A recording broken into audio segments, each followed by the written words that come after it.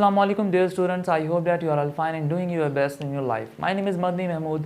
In the last lecture we have studied about the phases of the karyokinesis like the metaphase, anaphase and the telophase. Now in this lecture we will study about the second phase of the cell cycle like the cytokinesis. So cytokinesis को detail से बात करते हैं। हम last lecture में karyokinesis को complete कर चुके हैं। आपको पता है कि हमने सेल साइकिल को ना बेसिकली तौर पर दो फेजेस में डिवाइड किया था। एक हमारे पास फेज था कैरियोकाइनेसिस, दूसरा फेज था हमारे पास साइटोकाइनेसिस। सो कैरियोकाइनेसिस को तो हम लास्ट लेक्चर में कंप्लीटली तौर पर डिस्क्राइब कर चुके हैं, डिटेल से पढ़ चुके हैं। प्रोफेज के बारे में मैंने एक अलग लेक्चर दिया था, फिर मैंने एक और लेक्चर में मेटाफेज, एनाफेज और टीलोफेज के बारे में डिटेल से बताया था। और अब हम साइटोकाइनेसिस को पढ़ते हैं। आपको पता है कि हमारे पास कैरियोकाइनेसिस क्या होता है। Karyokinesis mean the division of the nucleus, मतलब न्यूक्लियस को डिवाइड करना, न्यूक्लियस की डुप्लीकेशन करना हमारे पास क्या कहलाता है, कैरियोकाइनेसिस कहलाता है। अब हमने साइटोकाइनेसिस के बारे में बात करनी है। क्या होता है साइटोकाइनेसिस की डेफिनेशन होती है the division of the cytoplasm इस कॉल्ड द साइटोकाइनेसिस, मतलब साइटोप्लाज्म को डिवाइड कर देना, साइटोप्लाज्म को दो हिस्सों में डिवाइड कर देना, इस कॉल्ड द साइटोकाइनेसिस। अगर आप यहाँ देखेंगे कि हमारे पास जस्ट इमेजिन करें, ये हमारे पास सेल है, ये हमारे पास सेल का न्यूक्लियस है, ठीक है। इस न्यूक्लियस को डिवाइड करना हमारे पास क्या कहलाता है, इस कैरियोकाइनेसिस। अगर हम लोग इसके साइटोप्लाज्म को डिवाइड कर दें, साइटोप्लाज्म को डिवाइड करें तो that is called the cytokinesis. आपने इसकी एडवांस डेफिनेशन अगर बात करेंगे ना आगे जाके, जब एडवांस डेफिनेशन पढ़ेंगे तो cytokinesis means the division of the cell. ये बेसिकली तौर पर हम लोग सेल को डिवाइड कर रहे हैं, सेल को दो हिस्सों में डिवाइड कर रहे हैं। तो एडवांस डेफिनेशन आप जब नेक्स्ट क्लासेस में जाएंगे, ये भी 9th क्लास की डेफिनेशन के लिहाज से आपने बुक के अकॉर्डिंगली यही करना है कि the division of the cytoplasm, मतलब साइटोप्लाज्म की डिवीजन हमारे पास साइटोकाइनेसिस है, और जो हमारे पास न्यूक्लियस की डिवीजन होती है वो कैरियोकाइनेसिस कहलाती है। सो अब साइटोकाइनेसिस 9th क्लास की बायोलॉजी में ना हमारे पास चैप्टर नंबर 5 के बारे में हम लोग इसके बारे में बात कर रहे हैं। तो जो 9th क्लास की बायोलॉजी है इसमें एनिमल सेल्स में साइटोकाइनेसिस डिफरेंट है, और हम इसमें जो प्लांट सेल में साइटोकाइनेसिस का प्रोसेस है ये डिफरेंट है। तो सबसे पहले हम लोग एनिमल सेल में साइटोकाइनेसिस का प्रोसेस पढ़ते हैं कि किस तरह से होता है एनिमल सेल में। आपको पता है the cytokinesis in animal cells, the process of the cytokinesis in animal cell is called the cleavage.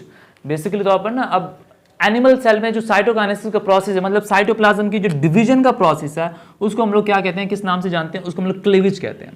Cleavage का जो वर्ड का जो मीनिंग होता है ना, उसका मतलब है ब्रेक डाउन करना, मतलब तोड़ देना किसी चीज़ को। इसमें भी हम लोग सेल को तोड़ देते हैं ना, सेल को दो हिस्सों में कन्वर्ट कर देते हैं। सो अब यहाँ पे एक प्रॉपर डेफिनेशन है क्लीवेज की, the process of the cytokinesis in the animal cell is called the cleavage. वो क्लीवेज कहलाता है। अब ये होता किस तरह से उसके बारे में बात करते हैं। अब सबसे पहले ये वाली स्टेज देख लें, ये मैंने टीलोफेज की स्टेज बनाई हुई है। टीलोफेज की स्टेज में क्या होता था, हमारे पास न्यूक्लियर मेम्ब्रेन दोबारा से अपीयर होती थी, न्यूक्लियस आ जाती थी, मैंने डार्क बनाया हुआ है। और हमारे पास ये जो मैंने ब्राउन कलर, ये जो मैंने ग्रीन कलर का बनाया हुआ है हमारे पास क्रोमैटिन है, और मैंने ये जो रेड कलर का बनाया हुआ है हमारे पास सेंट्रियोल्स हैं। सो ये हमारे पास टीलोफेज की स्टेज है। अब जैसे ही हमारे पास टीलोफेज की स्टेज होती है और हमारे पास दो न्यूक्लियस मौजूद हैं, दोनों एक दूसरे की कॉपी हैं। यहाँ पे न्यूक्लियस की डिवीजन हो चुकी है, मतलब कैरियोकाइनेसिस का प्रोसेस कंप्लीट हो चुका है। उसके बाद जो प्रोसेस होना है वो साइटोकाइनेसिस का प्रोसेस है। मतलब अब टीलोफेज कंप्लीट हो चुकी है, टीलोफेज के बाद हमने साइटोकाइनेसिस के प्रोसेस में एंटर होना है। इसमें होगा क्या, बेसिकली तौर पर जैसे ही टीलोफेज का प्रोसेस एंड होगा, जो हमारे पास जो न्यूक्लियस होगा ना, ये सर्टेन मैसेजेस भेजेंगे, सर्टेन मैसेजेस भेजेंगे किसको बोला, इस सेल मेम्ब्रेन को। और एक और बात यहाँ पे बताता चलो, मैंने देखेंगे यहाँ पे ये साइटोप्लाज्म के गिर्द सिंगल मेम्ब्रेन लगाई हुई है। सिंगल मेम्ब्रेन से मुराद कि एनिमल सेल में सेल वाल मौजूद नहीं होती, सिर्फ और सिर्फ प्लाज्मा मेम्ब्रेन या फिर सेल मेम्ब्रेन मौजूद होती है। तो मैंने यहाँ पे सिंगल मेम्ब्रेन ही बनाई हुई है, और यहाँ पे मैंने दो रेड कलर के सेंट्रियोल्स बनाए हुए हैं। सो अब ये डिवीजन करते हैं कि किस तरह से, जैसे हमारे पास टीलोफेज का प्रोसेस एंड हुआ, हमारे पास जो न्यूक्लियस होता है, न्यूक्लियस सर्टेन मैसेजेस को सेंड करता है, किसको बोला, प्लाज्मा मेम्ब्रेन को। सर्टेन मैसेजेस भेजता है, सर्टेन मैसेजेस प्लाज्मा मेम्ब्रेन को भेजता है। तो जो प्लाज्मा मेम्ब्रेन होती है ना, it undergoes the cleavage flow. Cleavage flow से मुराद इट अंडरगोज द डीपेंस, मतलब ये डीप होती जाती है इनसाइड, एक फ्लो लाइक स्ट्रक्चर बनाती है। फ्लो लाइक स्ट्रक्चर मतलब ट्यूब लाइक स्ट्रक्चर बनाती है इनसाइड, ये अंदर की तरफ धंसती जाती है सेल मेम्ब्रेन, और एक फ्लो लाइक स्ट्रक्चर बनाती है। फ्लो से मुराद है एक ट्यूब लाइक स्ट्रक्चर, ये ट्यूब लाइक स्ट्रक्चर बनाती है, और ये सेल मेम्ब्रेन के दोनों तरफ से होता है। यहाँ से भी ये एक ट्यूब लाइक स्ट्रक्चर बनाता है, फ्लो बनता है, और यहाँ से भी फ्लो बनता है। और ये जो ट्यूब लाइक स्ट्रक्चर है ना, जिसको हम लोग फ्लो कह रहे हैं, फ्लो डिपेंस एंड डिपेंस, ये डीप होता जाता है, डीप होता जाता है, और अल्टीमेटली दोनों साइड से ये क्या हो जाता है, हमारे पास दोनों साइड से आपस में जाके मिल जाता है। मतलब ये इस तरह से मिल जाता होगा, मैंने यहाँ पे इसको हाफ हाफ बनाया हुआ है। आगे जाके ना हमारे पास ये वाला और ये वाला स्ट्रक्चर दोनों आपस में मिल जाते होंगे, ये यहाँ से मिल जाता होगा। और इसके बाद हमारे पास सेल कितने हिस्सों में, दो हिस्सों में देखो डिवाइड हो गया। तो मतलब ये जो फ्लो था ये डिपेंस होता गया, डिपेंस हो गया था, और दोनों साइड की जो सेल मेम्ब्रेन थी, दोनों साइड का जो फ्लो था वो आपस में मिल जाता है, और इस फ्लो को हम लोग कहते हैं क्लीवेज फ्लो। एनिमल सेल्स की केसेस में बात कर रहा हूँ, इसको हम लोग क्लीवेज फ्लो कहते हैं। सो अब दोनों हमारे पास दो डॉटर सेल्स में कन्वर्ट हो जाते हैं, दोनों की अपनी अपनी क्या हो जाती है, हमारे पास प्लाज्मा मेम्ब्रेन या फिर सेल मेम्ब्रेन हो जाती है, और दोनों का साइटोप्लाज्म बेसिकली तौर पर डिवाइड हो गया। अब इसके पास अपना साइटोप्लाज्म है, इसके पास अपना साइटोप्लाज्म। यहाँ पे देखो सेंट्रियोल्स इस साइड तरफ आ गए, ये इस तरफ के होते हैं।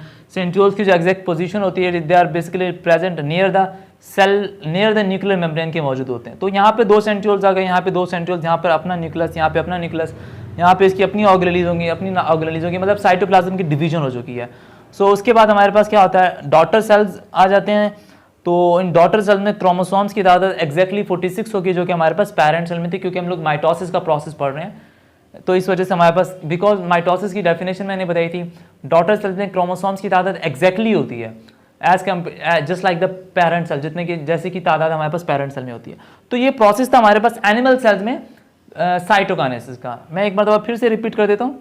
मैंने बात की जैसे टीलोफेज का प्रोसेस एंड होता है, तो उसमें इसके बाद क्या होता है, हमारे पास जो न्यूक्लियस होता है मैसेजेस सेंड करता है सेल मेम्ब्रेन को। सेल मेम्ब्रेन क्या करती है हमारे पास, अंडरगोज द क्लीवेज फ्लो, ये एक फ्लो लेकर आती है, एक डिपेंस लाइक स्ट्रक्चर बनाती है। दोनों तरफ से हमारे पास सेल मेम्ब्रेन क्या होने लग जाती है, डीप होने लग जाती है। दोनों तरफ से सेल मेम्ब्रेन डीप होती है, यहाँ से भी और यहाँ से भी।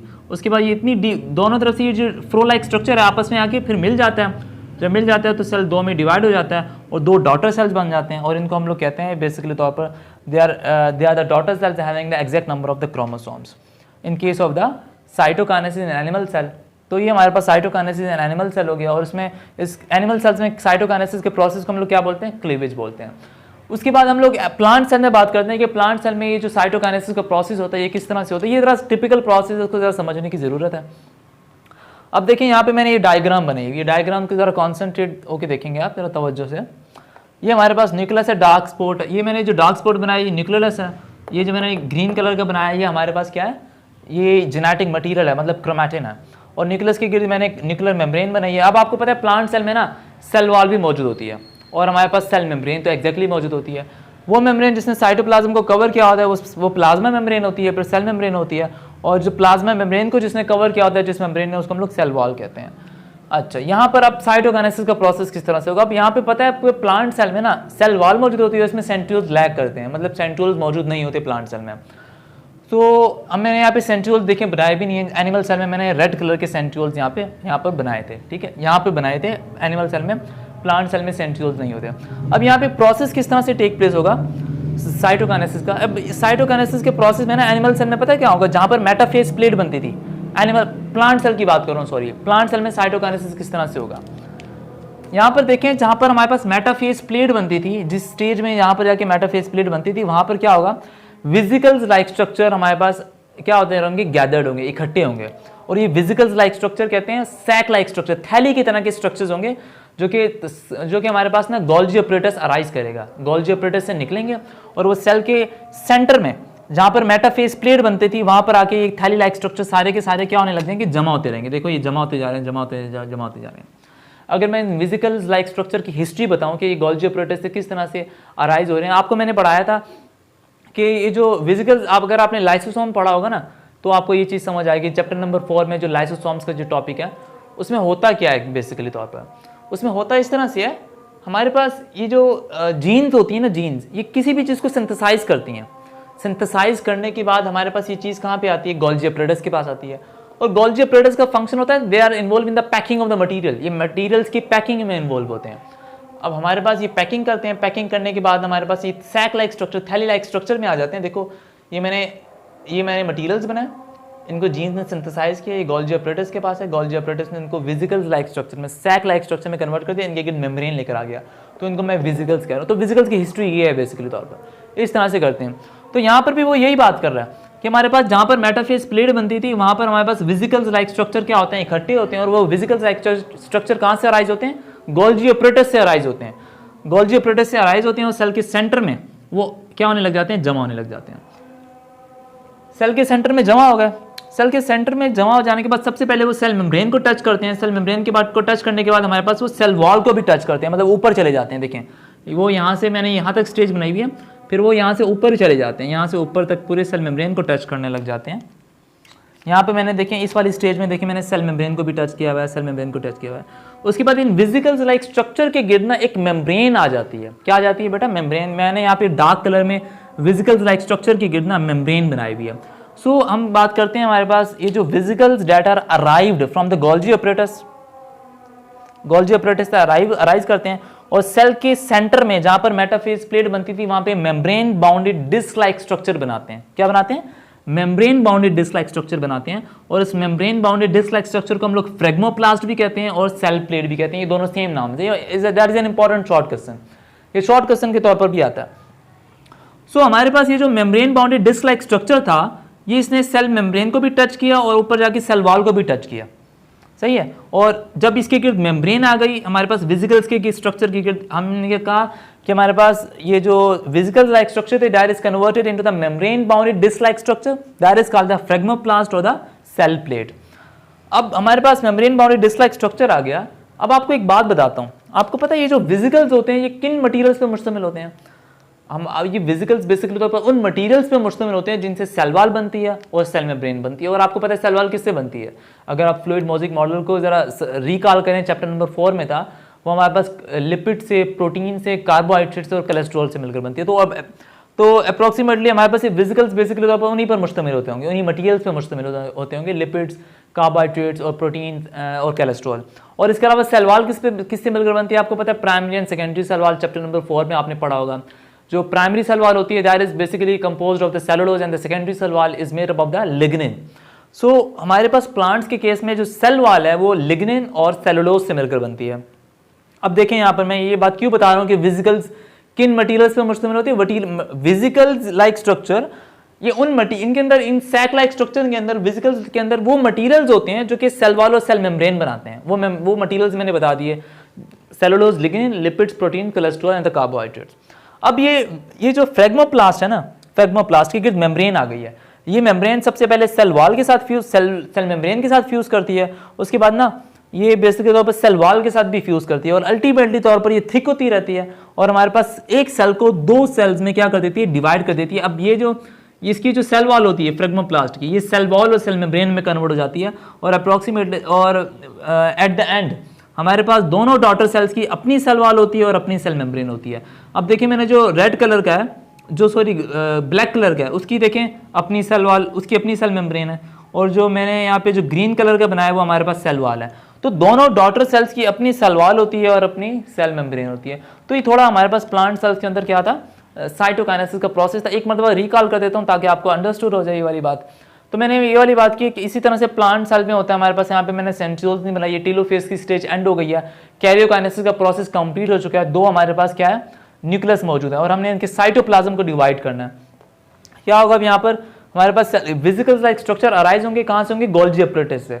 गोल्जी अपरेटस से अराइज होंगे, वो सेल के सेंटर में जमा होने लग जाएंगे जहाँ पर मेटाफेज प्लेट बनती थी, बिल्कुल सेल के सेंटर में। वो vesicles like structure thick and thick होते रहेंगे, मजीद अपने आप को मजीद वेसिकल्स लाइक स्ट्रक्चर आएंगे और ये vesicles like structure thick and thick होते रहेंगे और अल्टीमेटली हमारे पास ये सेल वॉल तक भी पहुंचेंगे और सेल मेम्ब्रेन तक भी पहुंचेंगे।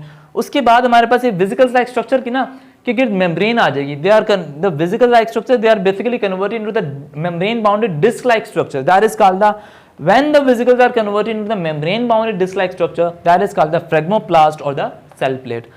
फाइनली हमारे पास मैंने बात की वेसिकल्स लाइक स्ट्रक्चर उन पर मुश्तमिल होंगे, उन मटेरियल्स पर जो कि सेल वॉल और सेल मेम्ब्रेन बनाने में इन्वॉल्व हैं।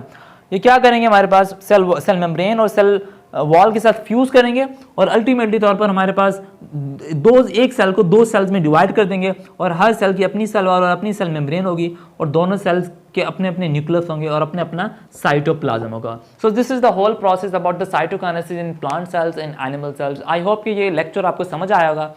अगर इस लेक्चर में कोई भी आपको मिसकंसेप्शन है, कोई भी क्वेश्चन है, then you can ask in the comment section. और इसके अलावा मैंने डिस्क्रिप्शन में अपने व्हाट्सएप का लिंक भी दिया हुआ है। आप उस व्हाट्सएप लिंक के थ्रू क्या कर सकते हैं? मेरा व्हाट्सएप ग्रुप ज्वाइन कर सकते हैं और वहाँ पर बायोलॉजी से रिलेटेड जितनी भी इन्फॉर्मेशन है उनको गेन कर सकते हैं और वहाँ पर मुझसे क्वेश्चनिंग भी कर सकते हैं about the biology questions. So this is the whole process of about the cytokinesis in the plant cells. इंशाल्लाह इन द नेक्स्ट लेक्चर में मैं मियोसिस के प्रोसेस को स्टार्ट करूँगा और मियोसिस के बारे में डिटेल से बात करेंगे कि मियोसिस क्या है और किस तरह से ये टेक प्लेस होता है। जज़ाकल्लाह, अल्लाह हाफिज़।